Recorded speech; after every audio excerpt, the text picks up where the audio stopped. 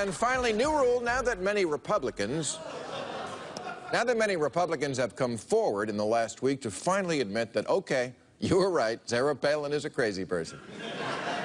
They have to ask themselves, what else might I have been completely wrong about all these years? Now, in case you missed it, Palin made a speech in Iowa a couple of weeks ago that cryptologists are still working on. And which I have been holding off on discussing on the outside chance it might be brilliant in some other language.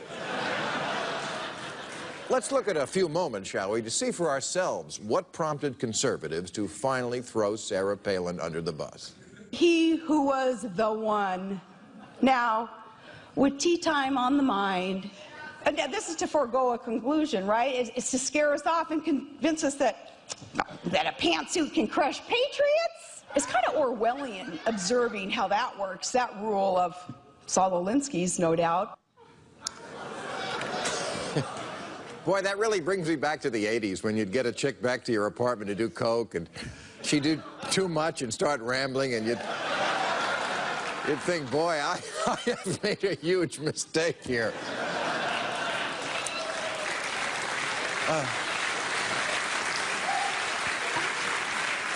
Now, to be fair, Democrats make huge mistakes, too. Taking pictures of your dick comes to mind. But let's face it, this isn't a 50-50 thing. Democrats can be fuzzy thinkers, but Republicans will look you right in the eye and tell you that 2 + 2 = Jesus. But not anymore with Sarah Palin. The pundits who always defended her have now officially had enough. It was as if the scales fell from their eyes and they were finally able to admit the emperor has no clues. They called her speech incoherent, a farce, unseemly, words that might have truly stung Sarah if she knew what they meant.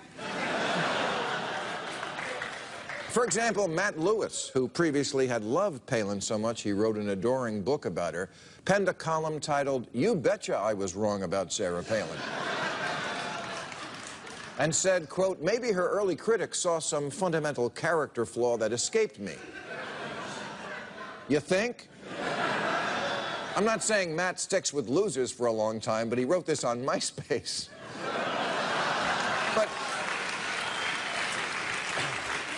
But he's hardly alone. Bill O'Reilly compared her to a reality show. Sean Hannity asked, did the teleprompter go down?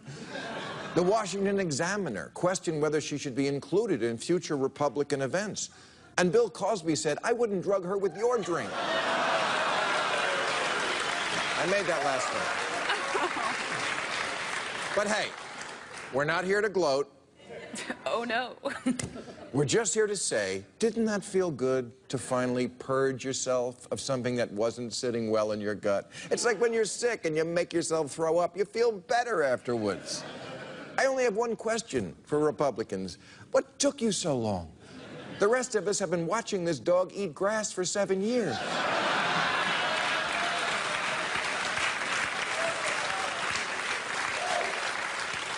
But now that you know that you can do this, what about writing a column called, You Betcha I Was Wrong About Climate Change? Might feel good. Germany gets 74% of its electricity from renewables, and they don't live in the future. They're a real country. Turn left at Austria, it's right there. Look them up in a history book, they're always up to something.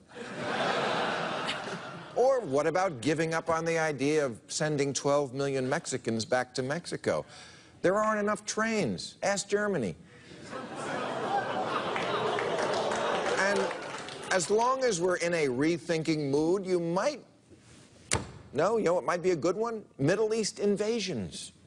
Iraq, Afghanistan, Syria now, Iran, all these places you want to send heroic snipers. Turns out they don't like it. They're just not that into being sniped. And what about the great-granddaddy of zombie lies, trickle-down economics? Can't we throw that one under the bus, too? It's never worked, and it never will work for a good reason. Because it's like having 3 dogs and giving a wiener to one of them and thinking, he'll share it with the others. All right, that's our show. I'll be at the Arlington Theater.